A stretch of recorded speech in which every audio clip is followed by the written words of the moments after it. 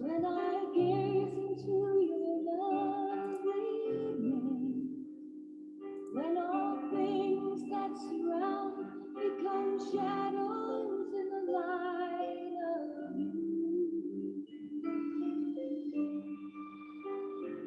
When I found the joy of reaching your heart, when my will becomes enthroned in your love, when all things that surround become shadows in the light of you, I worship you. I worship you.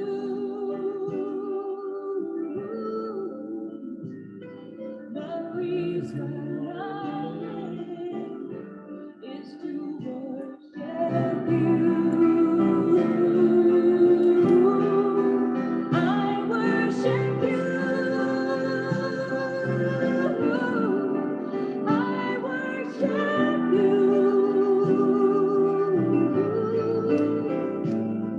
The reason I live is to worship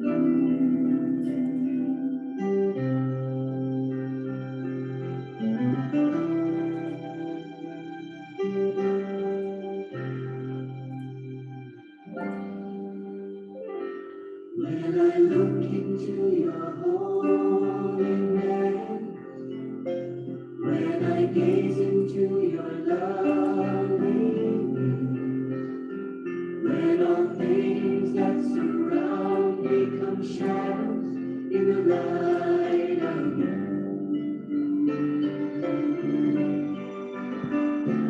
When I found the joy of reaching your heart, when my will becomes enthroned in your love, when all things that surround become shadows in the light of you, I worship you. I worship you.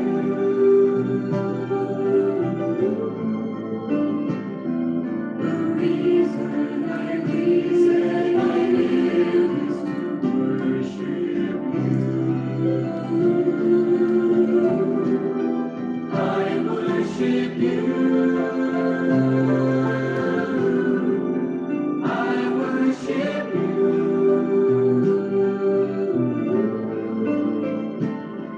The reason I live is to worship you.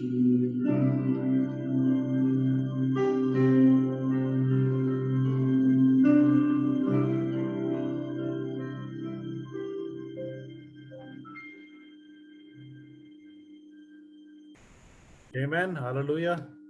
When we look into His holiness, all other things just become shadows in the light of Him. Amen. That's the reality, which we should know in our spirits, in our lives, so that, then we can conclude one thing.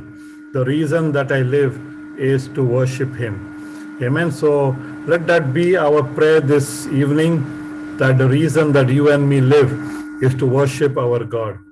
Amen. So let us thank God once again that God has brought us here in His presence this evening, and let us make it our cry that God change my heart and make it ever true. So let us sing this song along, that change my heart, oh God, and let it be our prayer this evening.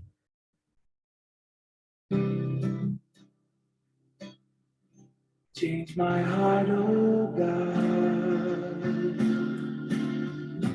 make it ever true. Change my heart, oh God, may I be like you. Change my heart, oh God, make it ever true. Change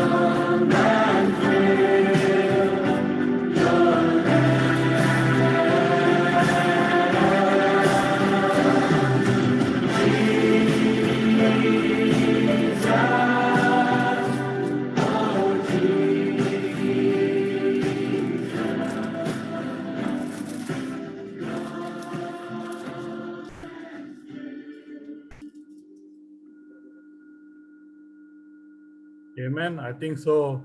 That's our prayer this evening that changed my heart, oh God. Amen. Because we want to look into his holiness, so all other things, will just become shadows in his light. And today I believe that, God has brought us here so that we can, allow him to change our heart, so that we can look into his plan and purpose which he has for each one of our lives, and allow him to fulfill that calling which he has, and the purpose and the plan why you and me are gathered this evening. So let us come before him this evening and let's open our hearts to him, and let us pray that, even through his word today, that God will change and transform each one of our hearts and will allow us to see, what is there in the heart of God. So today we have our brother Rajan with us, and I want to thank God, for the partnership which we have in the gospel, to expand his kingdom, to preach his word. And today, God has allowed, him to come and share God's word with you and me. So let us prepare our hearts and our minds so that we can hear what God wants to speak to us this evening. And even as I heard the topic, which is about the manna, I was so excited, and I believe that God has something to say to you and to me today. So let us open our hearts and allow God, through his word to speak into each one of our lives so that we'll understand, the beautiful plan of God, what God shows us in the Old Testament and how he fulfills, what he has shown to the people of Israel in your life and my life. Amen. In fact, I believe, there's a connection with what we have been speaking for so long. That is when we see how God has worked so miraculously in the life of his chosen people. God wants to show to us, how he is still in the process of working in your life and my life. Amen. And that is only if we allow him to do that. So let us, see the miraculous, which God wants to show to us through his word today, so that we will not miss, even as the Old Testament people, the Israelites, they missed, to see the sign which God was showing to them. So let us today, even as we hear God's word, not miss, what God has, wants to show to us through the teaching, which is, which is going to share with our brother Rajan. So my brother Rajan, was here in Qatar with us, and he has retired and gone back to India. And, we had a good time together. We fellowship with each other. His family also was here for a short time, and we had a fellowship with his lovely family. And we all, has kept the contact. In fact, he's the one who has kept the contact very faithfully, and I want to thank God for that. And today, so let us open. Today, let us open our heart, to hear what God has put in his heart to share with you and to me. So, Brother Rajan, you can unmute yourself, and you can share the screen what you have, so that we can come and join with you, even as you teach and preach God's word today. Brother Rajan. Thank you, brother. Brother, you can hear me, everybody? Yeah, I can hear you, brother. But okay, you need to share your screen, okay? Yeah.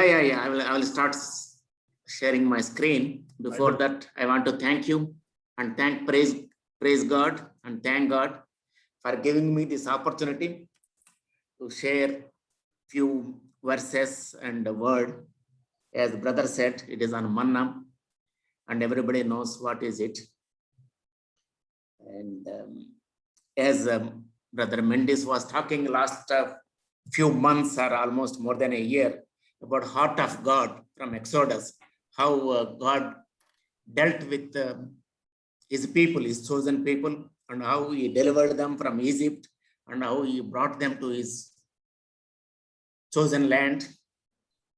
And in between, how he shown them many miracles, and he taught them many lessons. And that is all because he wants them to know his heart fully. And God is so meticulous in teaching them in every aspect.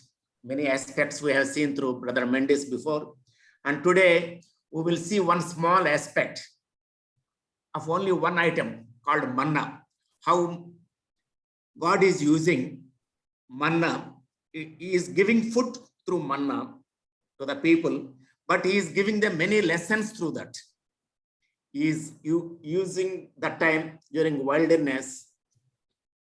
He wants to teach them and he wants to prepare them for the future.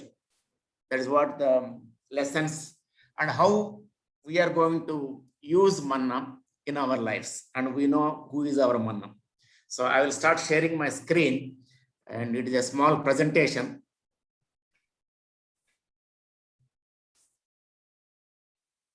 Portion of screen.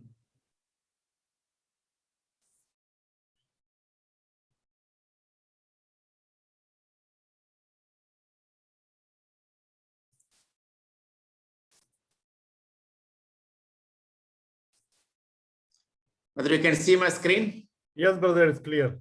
Go ahead. Okay, let me. Okay, manna. How many of you know what is the real meaning of manna? Okay, now let us read one small sentence from Exodus 16th chapter 15th verse. Yes, I will read from my Bible here. The people of Israel saw the flakes. They asked each other, what is that? They didn't know what it was. And then going to the verse number 31, the people of Israel called the bread manna. So this is the food from heaven given by God for his chosen people in the wilderness. It is a totally miraculous and mysterious food from heaven. That's why they don't know what they are getting and what they're eating also. It looks like a flakes and they don't know. So then it was named as manna because it is a food from heaven. Actually, manna means manhu. It is a Hebrew word. The meaning of it, what is it, basically? And in Egypt and Greek also, manna is being used. In Egypt, it is called menu, meaning food. And Greek also, manna means the heavenly food, basically. Okay, now we will go to the next slide. Yeah. Now we will read the Nehemiah 9:15. I'll just read for you people. Here also, it is clearly given.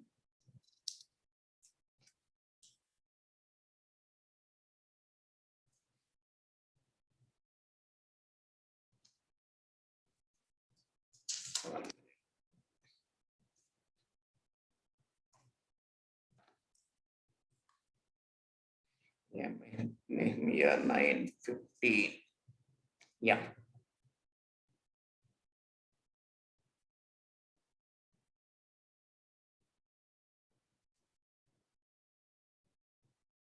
When the people were hungry, you gave them bread from heaven.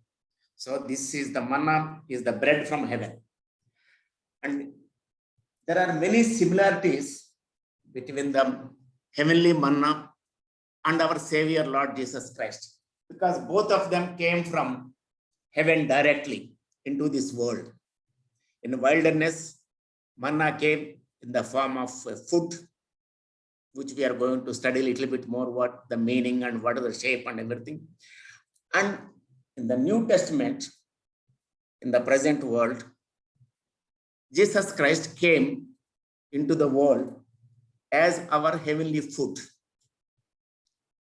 As manna is miraculous and mysterious, Jesus is supernatural and he is also mysterious.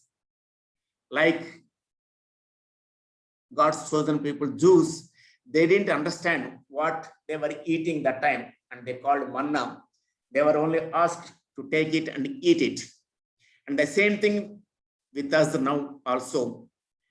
We cannot know everything about Jesus and we cannot fathom him fully because he is God. He's the Son of God. Only thing is, all we have to do is to repent and accept Christ as our Savior in all walks of our lives. That is the meaning.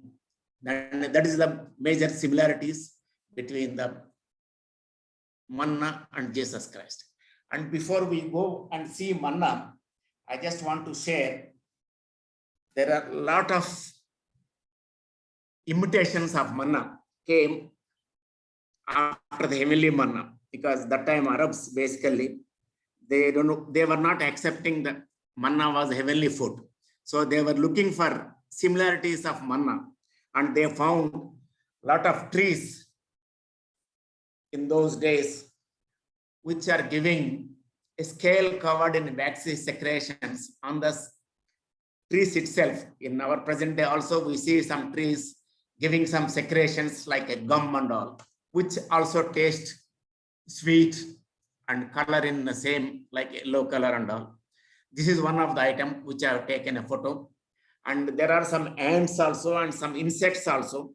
Their secretions also like manna that time, and they were also sweet, sugary and all. And above that, there is one tree actually in the Sinai desert that time. And these trees, you can see the photo here. This is called a tamarisk tree. And it is very, very, very vast, huge number of trees are available in those days in Sinai desert.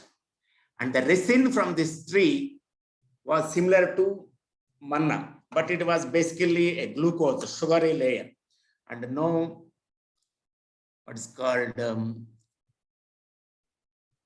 proteins or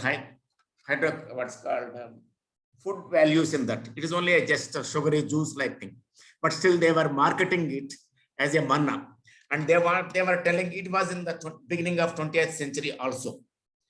And especially Egyptians and other Arabs, they were telling that there was no heavenly manna, only this, the resin from the trees and the bark, they were eating in the wilderness, and they were telling as a God's gift for them as a food.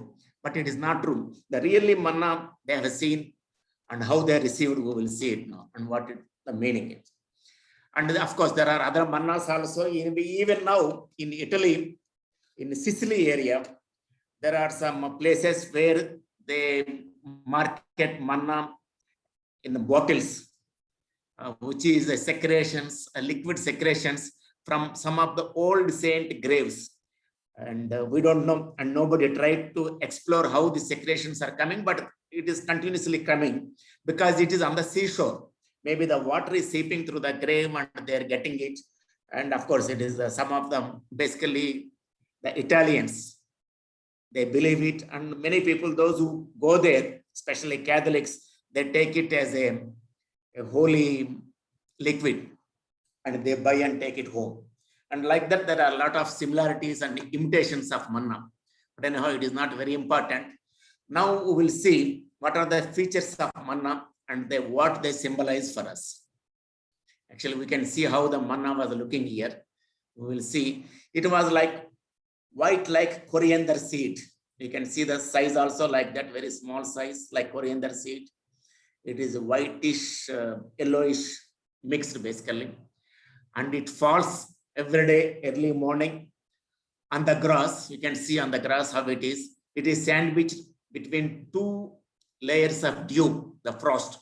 In between the layers of dew, the manna as a flakes, it was there. And they were to collect it in a fixed time. And now other features of manna, as we have seen, it is small, round, whitish in color. It is sweet. It fell daily at particular time, and it lay on the ground. And we see the gospel in this manna from God that time itself. The manna also is a sort of gospel from God to his people that time. And it is a sort of lesson he is teaching them to know his heart. How even minute thing like a manna coming from heaven in the form of a dew, like a flake like thing, how God designed it, its shape, form, and what is the meaning. Everything, it relates to Jesus Christ. Everything, whatever we are seeing also in the Exodus, it all shows the coming of Jesus Christ, the first coming of Jesus Christ. And other words, it was under the dew, and it was sought for, like God is asking us to seek Jesus now, like manna was sought for that time as a means of life. It was the only food for them, like a bread. Of course, then he has given them meat also through scales. And the manna was direct from heaven. There was no in between. Like Jesus is direct from heaven for us, and there is no person and no force in between Jesus and us. And it is to be collected and eaten. And for collection, you have to go to the field, bend, collect it, and prepare it and eat it. So it is also a big meaning we'll see afterwards. And it is available only a few hours on the ground every day morning, early morning. And that particular time only you have to go. And it was lifted up. God tells Moses to put it in a bottle and keep in front of, that time it is in the tent. So it was lifted up. We will see what is the meaning of that. And it was free gift for his people that time. And nobody need to do anything, or they need not work for it. Only they have to go and collect it and prepare it. And it came only once from heaven, manna, even though afterwards many people claim that, oh, manna is still available in the form of trees and resins and all. But no, it came once from heaven. Like Jesus came once as a human being. Of course, Jesus is going to come again as a God again, as the ruler of his creation. And now, what are the similarities between manna and Lord Jesus Christ? And as we have seen, there are a lot of similarities. And there are some minor differences also, but now we will see what are the similarities. Just 1 minute. Let's see.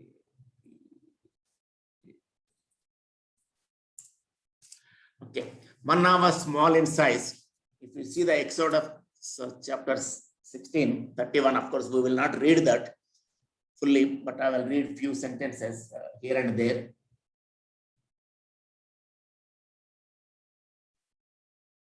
Manna was very, very small, like coriander seed. It shows the humbleness of Jesus Christ and his humiliation when he came on earth. And he was so humble, and it shows his great humility when he was in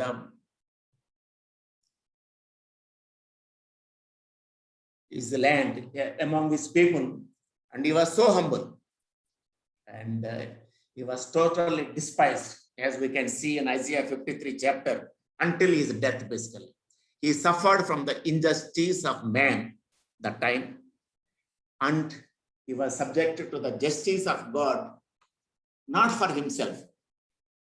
He was subjected to the justice for all the humankind, even though he himself, Jesus himself, said nothing, but God planned. He was giving the justice in the form of sins of all the humankind. So that's why the manna also God designed. It was small in size, and it was round in shape. Actually, if you see the all heavenly objects, even now we can see, they're all in round in shape. There is no beginning and there is no end. That's why, and it is infinite. You cannot see what is the beginning or end, and it is the symbol of eternity. Roundness is the symbol of eternity, signifying the eternity of Lord Jesus Christ.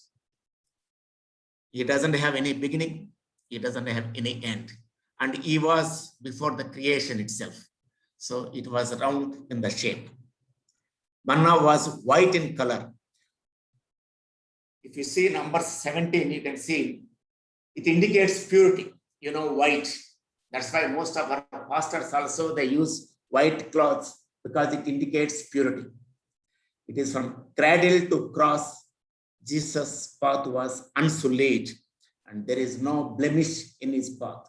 That's why the symbol of manna also was given white that time, thousands of years back. It was the unblemished purity of Jesus. We remember that even Pilate could not find fault when he was judging him, but still people, or Pilate also surrender him to die on the cross. That's why he has become savior of everybody in the entire universe. And because of his purity, to show his purity, manna also was given that time in the whitish color. And the manna was sweet that time. That's why they could easily eat in the form of bread or even directly also. The sweetness symbolizes peace and satisfaction. And that's why nowadays also, whenever any good thing happens or any celebration, there is a sweet always. So it is a symbol of satisfaction. And Jesus also is the symbol of satisfaction. And when you believe in Jesus, you will get the satisfaction through the Holy Spirit because you are with Jesus. And manna fell daily, and it was not for storage. And there is one great thing in this also. Manna fell daily for 6 days in a week. And in a particular time in the early morning, they have to go and collect it and prepare and eat it. And they cannot keep it for next day. And if they keep it, it becomes spoiled and they will find worms in that. But some of the people there at that time, the Jewish people, some like a greediness, they used to keep it for tomorrow because they don't know whether it will come or not. So they don't believe it. Even though God told them, don't worry, every day I will give it for 6 days and 7th day. Okay. And then they used to see that whatever they keep for next day, it gets spoiled and it smells bad, rotten smell. And then they used to find worms in that, as you can see in the Exodus 16th chapter. But on Friday, on 6th day, manna comes in double the quantity. Because the 7th day, Saturday, was a Sabbath day, and they are supposed to take rest fully and only worship, praise God and worship. And that day, whatever manna they get it, and they can keep it for next day. And it doesn't spoil, and no worms, no smell, nothing. And they can keep it and use it as fresh as the same day. That is the meaning, and it fell daily. And the same for us also. Every day we have to get Jesus in our lives, in all walks of our life, every minute or every part of our life, every day. That is the indication what God is telling the time itself to his people and even now. And it lay on the ground. And Jesus Christ came so low when he was in this world. He wants to reach those people, those who are downtrodden also, those who are low and humble. And he himself made so low that ultimately he gave up his life for the people he loved on the cross. So the manna lay on the ground to show the humbleness and lowliness of Jesus Christ when he came. Even though he was Son of God, he was the part of creation and he was the creator himself. But he was so low and humble, and he came and he died on the cross for his people. And another feature of manna was found under the dew. As you can see, of course, we are not reading those sentences now. Exodus and Numbers also it is there, even including Ephesians also. The dew represents the Holy Spirit, the gracious influence of Holy Spirit. It is always under the guidance of the Holy Spirit only we can reach Jesus Christ. Without Holy Spirit, and nobody is led to our Savior Jesus Christ. In the same way, without dew in the wilderness, those people who are not getting the manna. Manna was linked with dew always. It is actually between 2 layers of dew, manna was there as a flakes. So in the same way, the dew represents the Holy Spirit, and under the guidance of Holy Spirit only we can receive Jesus Christ. So we are to be led by the Holy Spirit, like manna was given through dew in those period. Manna had to be sought for. So it is on the ground with the dew, but you have to go out and you have to seek it and you have to get it. And for getting it, you have to kneel down and collect it. And one photo was there actually before. I will show you that photo again. Yeah, here you can see on this photo how people are collecting it. They're seeking.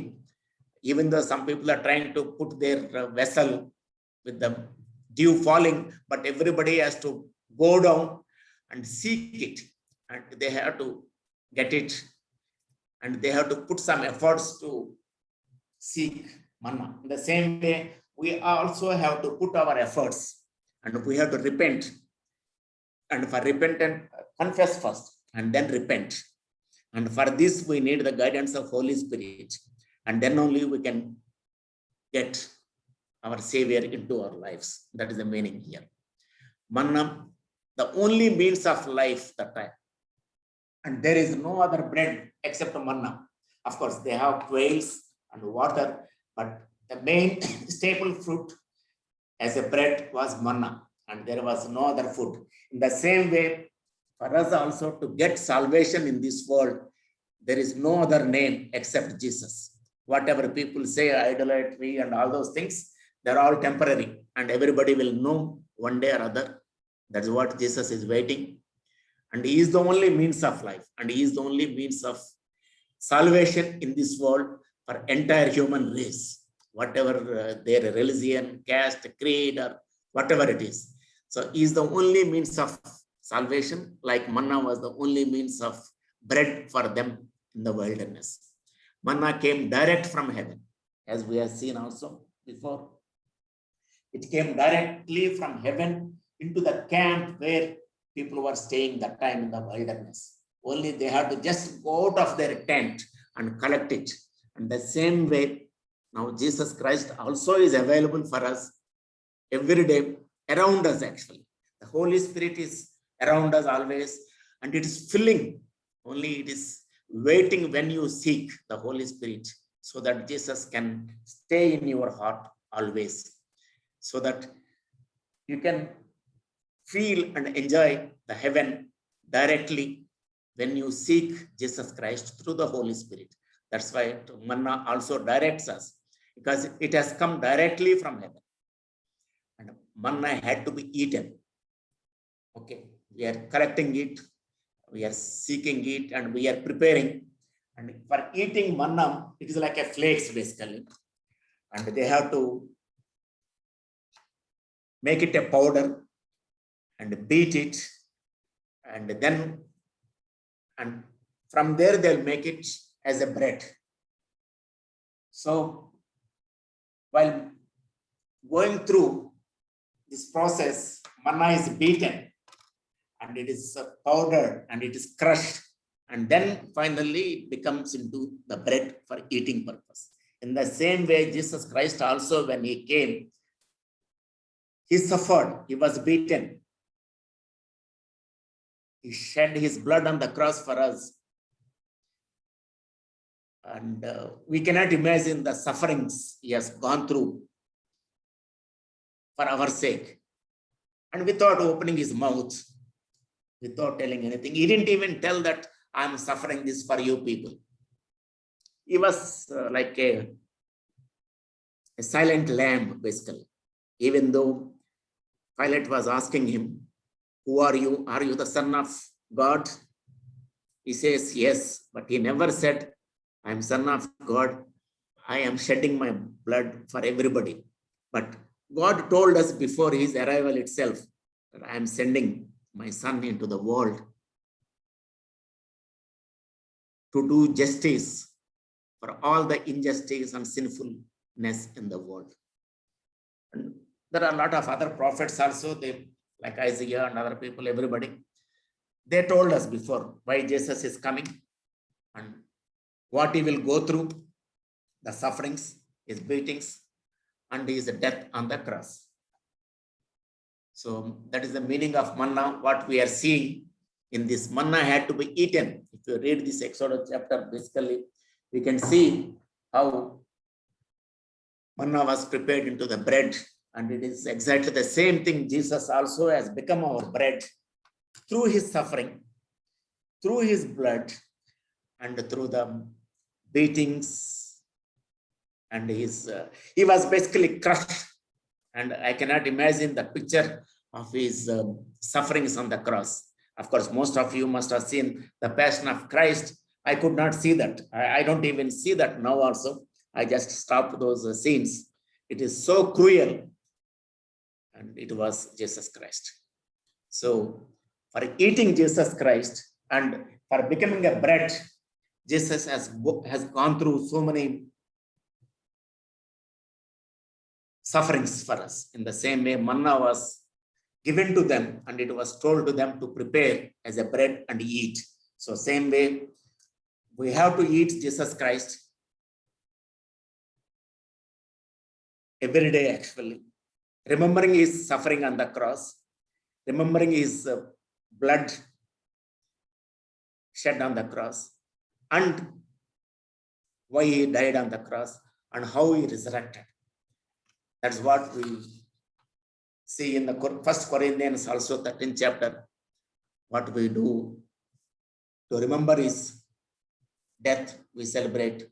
Actually, we do it once in a month basically, but it should be done every day of our lives to eat Jesus Christ.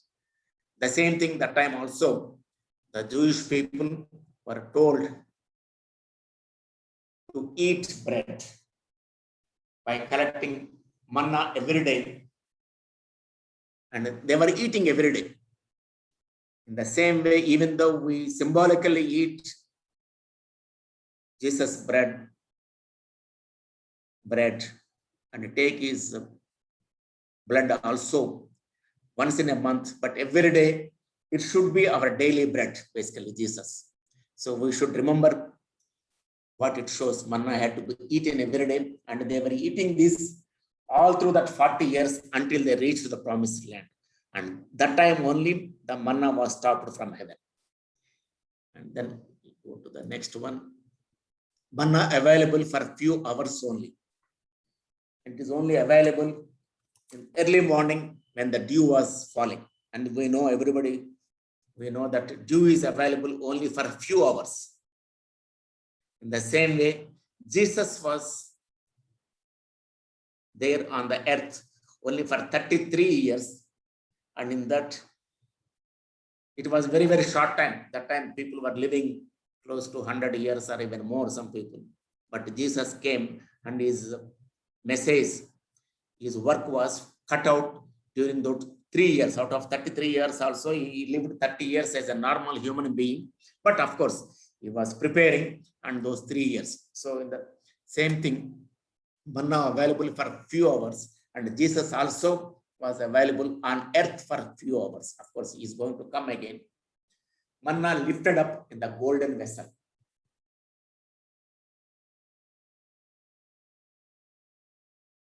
If you see Psalms also, of course, I'm not reading that fully now. Manna lying on the earth was lifted up in a golden vessel and taken into the presence of the Lord, indicating the resurrection. Lifted up in the golden vessel means he was crucified and lifted up, and he was resurrected. That is the indication of golden vessel. Golden vessel means it is the deity. So manna was put in the jar and put in the tabernacle that time. Tabernacle was the place of God. So Jesus also suffered on the cross for us. He died on the cross and he was resurrected. It shows the resurrection of our Savior Jesus Christ. Manna was lifted up in golden vessel. Manna, a free gift for all, like salvation. That time, whoever was there, the Jews, it was a free gift. They just asked God and they got it actually. even without asking also, God planned to give them actually. And the same way, the salvation also is a free gift. We are not asking God to give us salvation. God created that atmosphere of salvation for us. Manna was a free gift of God and it could not be bought at all. Salvation was God's free gift through Christ. Manna was provided for all, within the reach of all.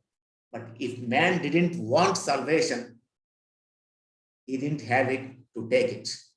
Then he will, then we know what will happen. Then he will go to the hell. So salvation is provided for all. And if man is not saved, it is because he doesn't take it and he doesn't accept Jesus Christ. If he accepts Jesus Christ, salvation is given. And if he doesn't, as God has given free will for everybody, if he doesn't accept, okay, he doesn't have salvation as we know it. And that's why hell is created basically. Actually, you can see the heart of God here. He wants to save everybody. He doesn't want anybody to go to hell, even though he created it. He created basically for Satan, basically, not for human beings. That's why he made the salvation available through Jesus Christ for all the people on earth, for everybody. But some people still are not accepting it. They are not taking. It is the free will of human being. And that's why the salvation, everybody has to accept Jesus Christ and must appropriately follow Jesus Christ in their daily life. When we accept Jesus, our hearts must kneel in humiliation before the King of Glory. In the same way, like manna was collected by kneeling on the ground.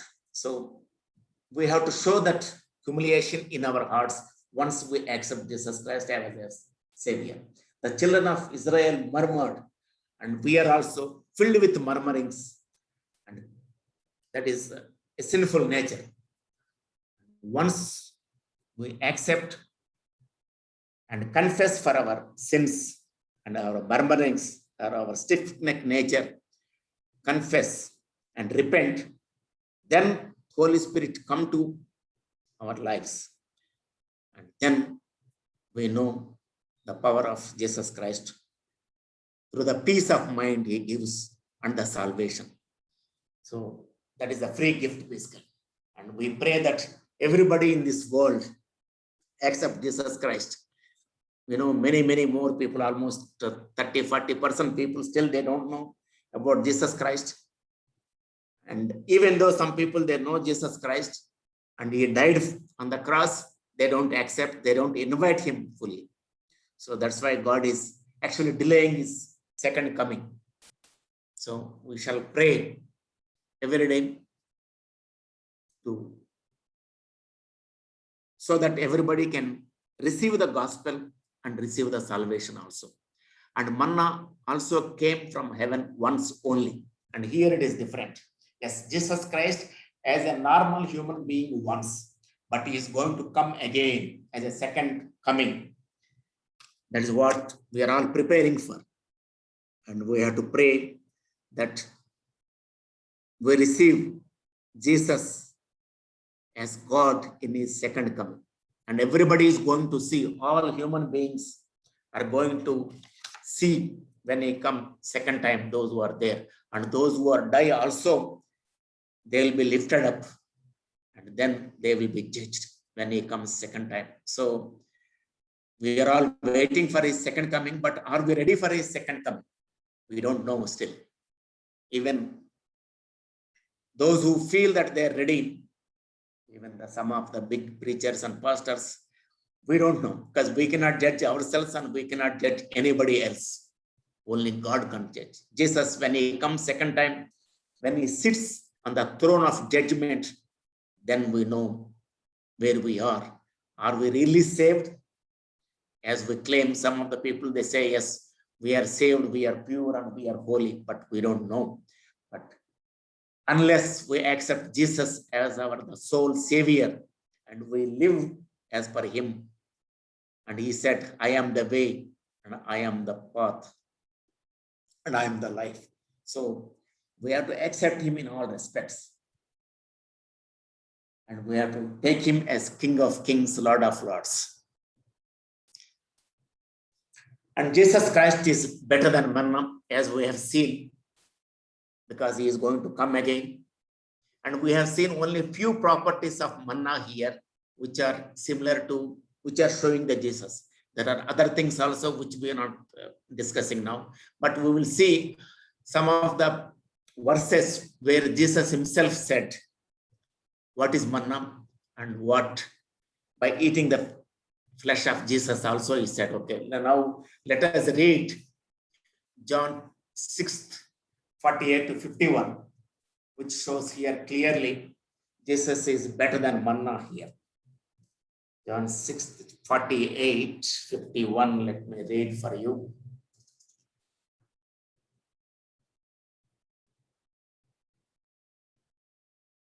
I am the bread of life. That is what Jesus is telling when he was in the world. Long ago, your people ate manna in the desert. You can see the comparison, what Jesus himself was telling. And they still died.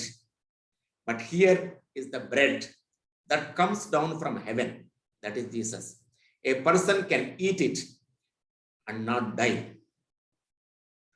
I am the living bread that came down from heaven. Everyone who eats some of this bread will live forever. This bread is my body. I'll give it for the life of the world. You can see the words Jesus himself said when he was in this world. And he himself compared with the manna. As even though that time everybody ate manna, they all died basically. But those who accept Jesus as their savior, they will not see death. Of course, they may see physical death. That is, of course, everybody has to go through, but they will not die. Basically, their soul, actually, they will live for eternal life. So, Jesus is the main bread of life for everybody. Those who accept and those who do not accept also, is giving them bread, but he is waiting for them to accept him as their real bread. Actually, the heavenly bread, not the physical bread, what we eat every day. That's why he said in the next verses 53 to 58, eat my flesh and drink my blood. Let me read also. Jesus said to them, what I am about to tell you is true. You must eat the Son of Man's body and drink his blood. If you don't, you have no life in you. Anyone who eats my body and drinks my blood has eternal life. I will raise them up on the last day. My body is real food. My blood is real drink. Anyone who eats my body and drinks my blood remains in me, and I remain in them. The living Father sent me, and I live because of him. In the same way, those who feed on me will live because of me. This is the bread that came down from heaven. Long ago, your people, okay. That is what we can see here. That is the main difference of Jesus Christ. And that it shows us Jesus is actually the much better than heavenly manna, which God has given to his people that time for his physical nourishment. And then he taught them how to get it and how to be. So we have to accept Jesus and we have to believe in him and to be faithful always. And then we go to the last slide. What we must do to accept Jesus or to get his salvation. So here also, I don't want to say anything. I'll just read John 6:28, where clearly Jesus himself says, then they asked him, what does God want from us? What works does he want us to do? And for this also, Jesus has given answer through John 6:27, work for heavenly manna, which gives you everlasting love. I will read that actual word, John 6:27. Do not work for food that spoils, As we know, manna was spoiling that time if they keep it for next day. Work for food that lasts forever. That is the food that Son of Man will give you. For God, the Father has put his seal of approval on him. That's what we have to work. And then also Jesus answered them. God's work is to believe. What work we should do? So in 29th verse, he said, believe in the one God has sent. Believe in him. By believing in him, we can be his disciple. We can be filled with his grace. And we are not only filled with his grace, we can exhibit his grace always through us. Once you believe in him and be his disciple.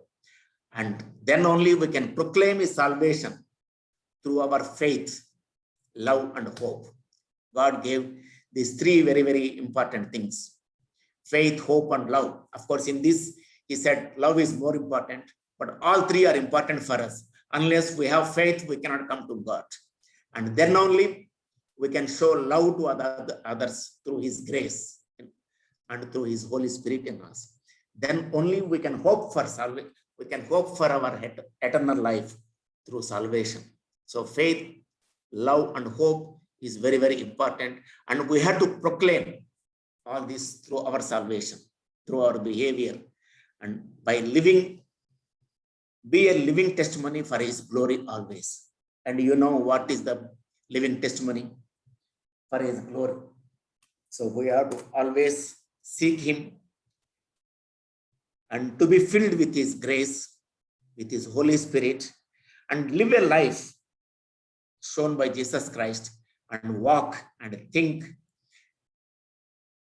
the way Jesus taught us and God shown us through his mind, that time in Exodus chapter. And now also God shown us and teaching us how to live through the Holy Spirit so that we can be living testimony for his glory by having Jesus in our lives day in and day out. And this is what the small message I want to share through a word called manna. Of course, there are many more literatures and articles written on manna, but this is what I thought, okay, I can share in the about 30 minutes. And praise God, and I thank God and for giving me this opportunity again to share this small word.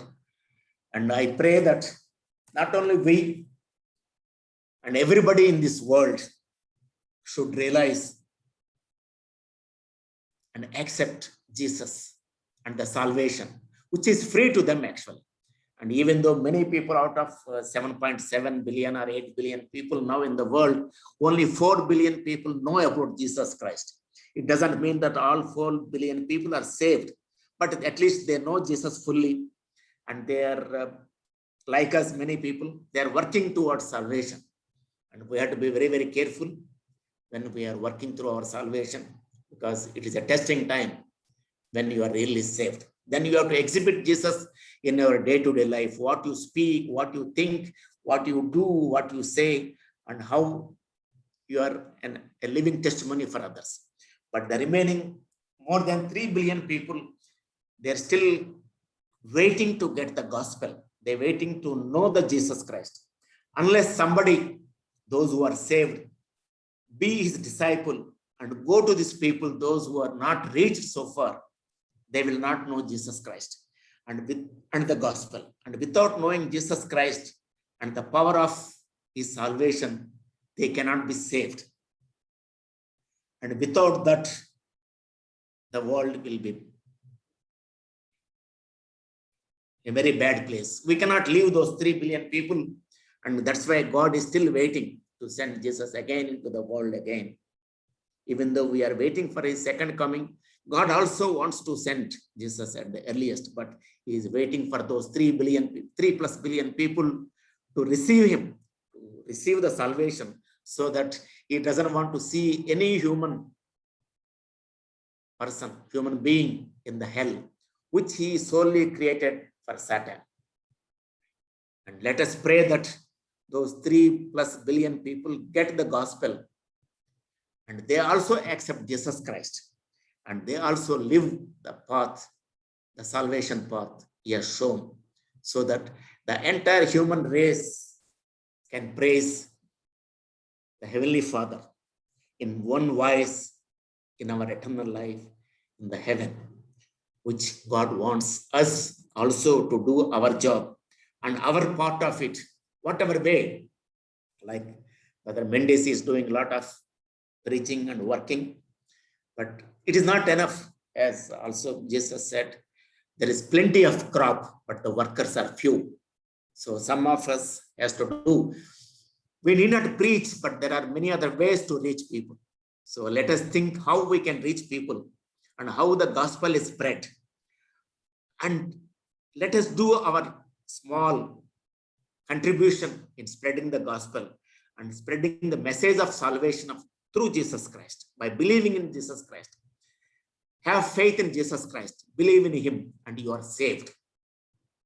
And once you are saved, you will realize the benefits of salvation by the peace, by the grace.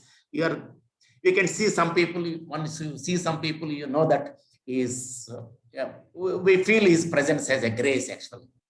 He brings peace.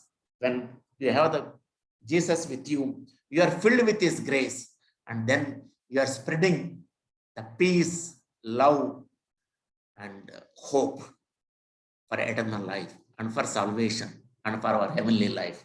Let us work for this through our manna, that is Jesus Christ, and proclaim his salvation in all walks of our lives, through our words or through our deeds or through our contribution in whatever way.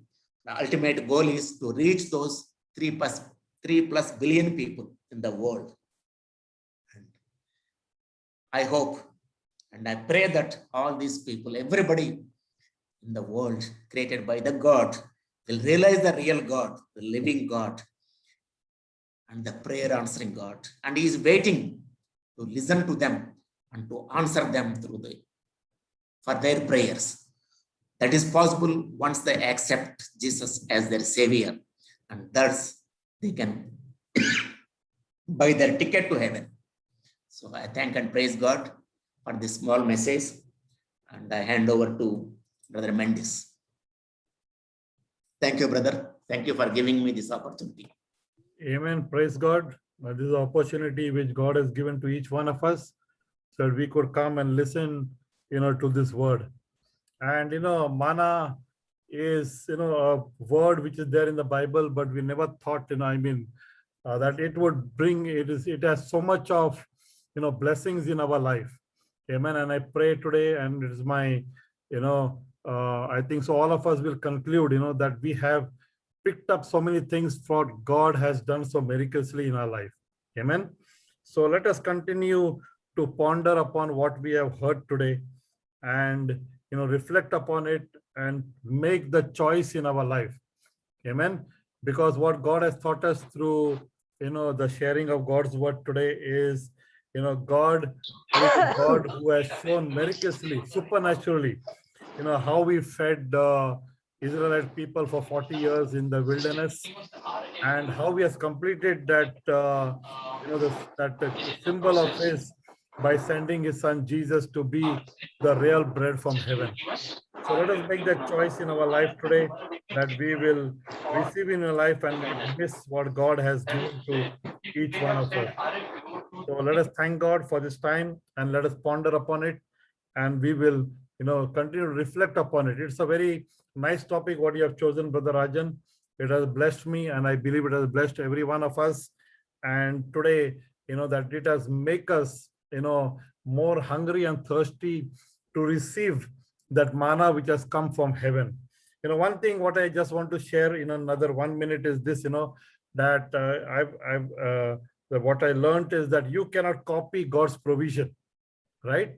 The manna, which was what he showed, was a copy, that cannot be copied by anyone. The same way, what Jesus has sent to you and to me to be saved cannot be copied. That means, in other words, we need to receive that in our lives, the original plan of God, the original, gift which God has given to you and to me to obtain salvation. So let us partake of it and not miss what God has given to you and to me, and let us reflect upon it. So thank you once again, Brother Rajan, and we need to thank God that God has opened our spiritual eyes to see this. And those, any one of you who got questions, come back so that, we will not miss and see, right from the beginning of time, the God's plan to bless his people, which has come directly from heaven. The manna, the physical food, which came and fed the people of God, but today it is spiritual food for you and for me. So you and me, everyone need to partake so that we can, receive that everlasting life. So let us, close and pray. Let us bow down before God and seek, his help so that we can continue to be hungry, because this, as we learned, it is a daily bread what we need in our life. As we need daily physical food, the same way, we also need the spiritual food to keep our spirits and our soul alive. Amen. So let us bow down before him and let's thank him for God has done. Heavenly Father, we just want to thank you that we have listened to your word today, the great gift of Master God of salvation, which came, Lord, from heaven, the bread of Master God, which became a flesh of Master God, hallelujah, which was a spiritual food for each one of Master God, that we will not perish, Master God, but have a everlasting life. And Father, I pray, let us ponder upon this message, Lord, which we have heard today. And Father, let us eat of it daily, Lord God, every moment of our life, Father, because without you, we cannot do anything, O Master God. And Father, I pray, God, open our spiritual eyes so that we will receive it. And Father, be a blessing, O Father God, to many. And Father, even spread the word of Father God and the blessing, Father, in your peace, O Master God, salvation receive, Master God, to many, Father, who have not received in their life, O Master God. Thank you once again. And bless Brother Rajan, Father God. And Father, I pray, use him, Father God, to declare, Father, your word with other Master, and declare, Father, each one of us who are listening to you, Father God, that we will also take your word, Father God, and spread it across, the Master God, so that none of us will, Father, be exempted, Father God, and so we could receive it, and Father, be blessed in life, Father. Thank you once again, and we bring back all the glory, honor, and thanks be unto you alone. In Jesus' name, we ask and we pray. Amen. Amen. So thank you all for joining this evening, and let us pray for each other, and let us, allow God. Amen, Pastor. Amen.